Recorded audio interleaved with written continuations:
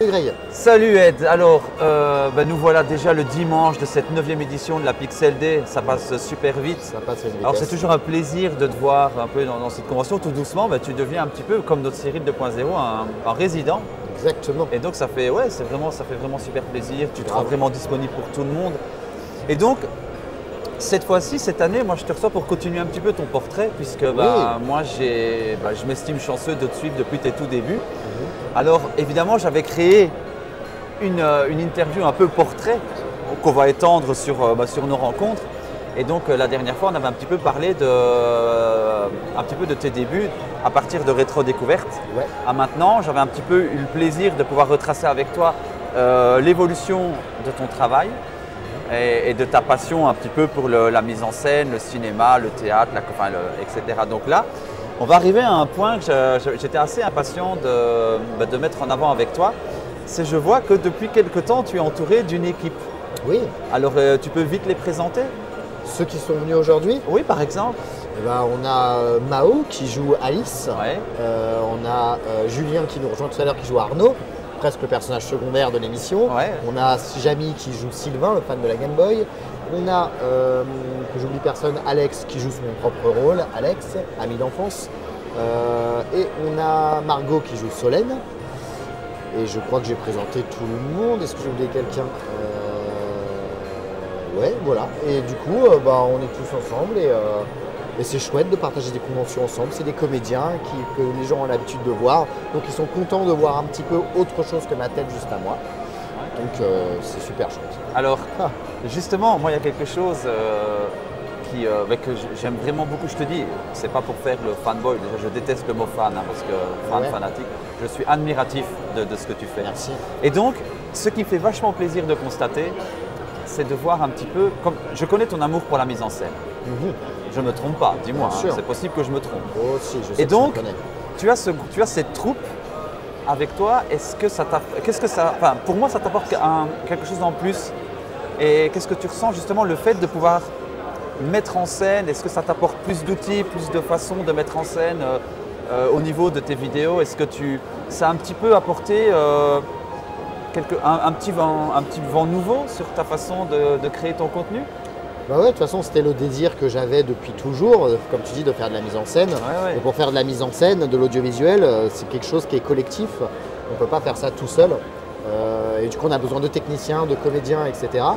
Et effectivement, ça apporte un vent de fraîcheur, ça apporte d'autres personnalités, ça apporte des talents aussi, des personnes qui ont leur propre spécificité, talent, etc. Et ça apporte quelque chose de créatif, de supplémentaire, parce que moi, certes, j'écris l'épisode, j'imagine un peu ce que je veux raconter, et tout le monde s'approprie un petit peu son outil. Donc les comédiens, par exemple, qui sont avec nous, leur personnage, ils vont se l'approprier, ils vont me faire des propositions. Tiens, est-ce que tu ne penses pas que Arnaud, il pourrait réagir comme ça à ce moment-là? Et du coup, il y a un truc un peu plus, une création un peu plus collective qui se met en Tu place. peux te permettre vraiment de faire un travail de composition Ouais. qui est tout à fait ce que toi tu aimes faire. Voilà, exactement. Et du coup, comme tu dis, ça apporte beaucoup et je suis plus tout seul et chacun apporte sa petite pierre à l'édifice. Et je pense que c'est du gagnant pour tout le monde et moi j'adore ça, donc c'est super chouette, quoi. Ouais, mais ça se ressent. Et Mais est-ce que pour toi c'est pas compliqué de composer justement avec les personnages que tu as peut-être créés ou que tu aides à composer avec tes acteurs? Est-ce que parfois tu ne te retrouves pas confronté à cette difficulté de dire ok, comment est-ce qu'on va composer ça, puisque tu choisis un jeu Ouais. et tu dois essayer de faire quelque chose en accord avec l'univers du jeu, peut-être pas toujours, mais c'est un peu des scènes, on va dire, des scènes tranches de vie. Est-ce que tu n'es pas heurté à certaines difficultés de composition justement? Si, bien sûr, il faut trouver, comme tu dis, il faut trouver le jeu qui va bien avec l'histoire, ou parfois il faut trouver l'histoire qui va bien avec le jeu, en fonction de comment tu vois l'épisode. Mais c'est des contraintes avec lesquelles je me suis habitué et c'est aussi très créatif de bosser avec ces contraintes et de mêler c'est un peu un mélange hybride étrange entre chronique qui parle de jeux vidéo et fiction, tranche de vie, tout ça, mais c'est quelque chose que j'aime vraiment faire, d'imaginer qu'est-ce qu'on peut raconter autour du jeu comme histoire, ou quand on a une histoire, quel jeu on peut intégrer qui collerait bien à cette histoire. C'est une contrainte qui me fait bien kiffer et c'est vraiment chouette. Moi j'aime beaucoup le fait encore, je te dis, le fait que tu diriges ça très bien, vraiment. Et je suis sûr que tu es entouré d'acteurs qui font vraiment un travail formidable. Vite fait comme ça, c'est des gens que tu connaissais, tu as dû faire un casting. Comment tu les as un petit peu entre guillemets sélectionnés? Alors les comédiens vraiment, donc les derniers qui sont arrivés, qui sont vraiment, c'est des comédiens de métier. Soit j'avais déjà bossé avec eux, ou après c'est des copains qui me conseillent, etc. Et quand le personnage devient récurrent, je vais te prendre tous ceux qui sont là, tous les personnages qu'on voit régulièrement, c'est qu'avec le comédien ça a matché, on se marre bien au moment du tournage. L'univers du jeu vidéo de YouTube lui plaît, donc il y a quelque chose, il y a une osmose, et je me dis tiens j'ai envie de rebosser avec ces personnes, donc voilà, il y a quelque chose de récurrent qui se met en place, et il y a un petit effet de troupe, et c'est comme ça que ça se passe, quoi. Est-ce que tu dois vraiment trouver ça hyper confortable et d'un soulagement quand même relativement certain de te dire j'ai une équipe sur qui je peux compter, des gens pour qui je peux proposer mes idées parce que je sais que tu n'es pas un tyran.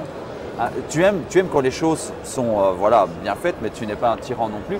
Donc ça doit être pour toi une source de soulagement de dire ok, j'ai vraiment une équipe sur qui je peux compter, je donne mes lignes, mes directives, ils peuvent composer avec. Et mais pour toi, oui, ça doit, comme je dis, ça doit non seulement être un vent nouveau, parce qu'on sent vraiment la fraîcheur dans ton travail, et tu te dis voilà, comment tu vois l'évolution avec eux, et est-ce que tu n'as pas eu peur aussi en même temps, de question en une, de les mettre plus en avant, de dire ok, avec ta notoriété, le fait qu'ils soient un peu exposés, tu n'avais pas un petit peu peur de dire ok, non, ça va peut-être changer des choses dans leur vie Alors ouais, je pense qu'ils seraient mieux placés que moi pour en parler, mais très clairement ça leur permet à certains de faire du stream, du Twitch. Il y a Fabrice, donc Monsieur Pichon, qui va apparaître dans le prochain Joueur du Grenier.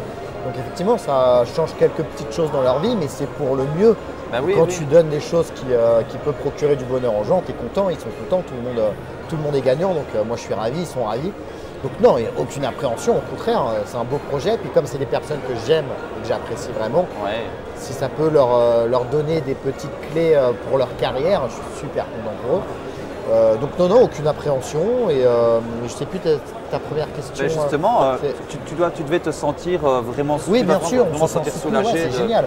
Effectivement, quand tu lances une vidéo et que tu sais que tu as confiance en ton chef opérateur, tu as confiance en ton ingénieur son, tu as confiance en tes comédiens, tu y vas beaucoup plus sereinement sur un tournage que si tu connais personne, et forcément. Je veux dire que ça aide beaucoup. Pas dans le stress, tu es vraiment dans la composition, dans le choix artistique, et tu peux vraiment te concentrer. Il y a quand même l'organisation du tournage qui est bien sûr un peu stressante et plein de contraintes à gérer quoi qu'il en soit, mais effectivement, de pouvoir compter sur son équipe, c'est important. Tu enlèves 50% de pression presque. Ouais, carrément.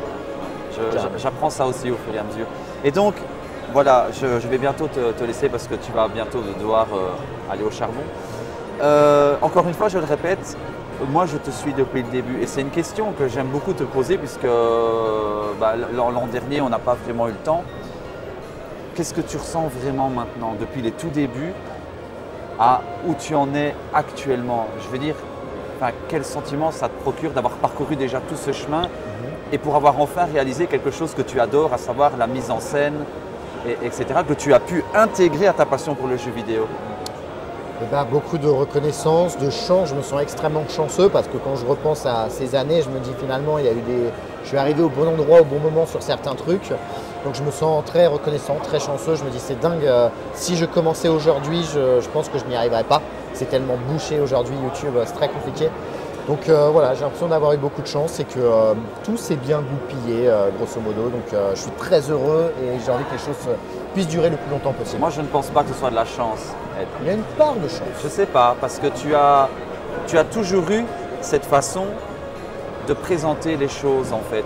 Tu as aussi bien sûr ton image, le capital sympathie, tout ça, mais, je dis bien le mais en caractère gras, depuis l'histoire des jeux vidéo où tu interprétais un personnage attachant, tu avais cette façon d'amener le contenu. Et je ne pense pas que ce soit de la chance. Moi, je remplacerais le mot chance par une récompense assez légitime au niveau de ton travail. Tu as toujours été investi à fond dans ce que tu faisais au niveau de tes vidéos. Donc, je ne pense pas que ce soit de la chance. Peut-être un petit peu si on commence à parler technique, algorithme, tout ça, mais on s'en fout. Moi, je pense que ton travail, il paye. Tu as… Bien sûr. De toute façon, la chance, ça se provoque. Oui, voilà. Si tu ne fais rien, la chance, tu ne l'auras pas. Mais c'est un mélange. Et un peu, voilà, j'ai bossé effectivement, mais il y a eu quelques petites facilités sur plein de choses qui font quand même qu'il y a un mélange des deux, je dirais. Et voilà. Bah écoute, moi, Merci à toi, moi Greg. je continuerai à suivre ton travail. Mais c'est cool. Je vais te demander- Est-ce que l'année prochaine, on se refait ça? Ah, moi c'est. Oui, de toute façon, je continue à te suivre et il y aura une évolution. On va te demander avant de couper de signer notre livre d'or Bien sûr. et puis de faire une petite photo et je te laisse tranquille. Ça marche. Voilà, Trop cool. merci Greg. Ed, c'est Merci vraiment à toi. un plaisir. Plaisir partagé. Trop cool, merci Greg. Bravo, tu mènes très bien tes interviews. Ça me fait plaisir Elles sont que tu dises intéressantes, vraiment, ouais. Parce que j'en fais beaucoup, les interviews en convention, tout ça. ça. Et des fois, T'imagines même pas comme ça me fait plaisir.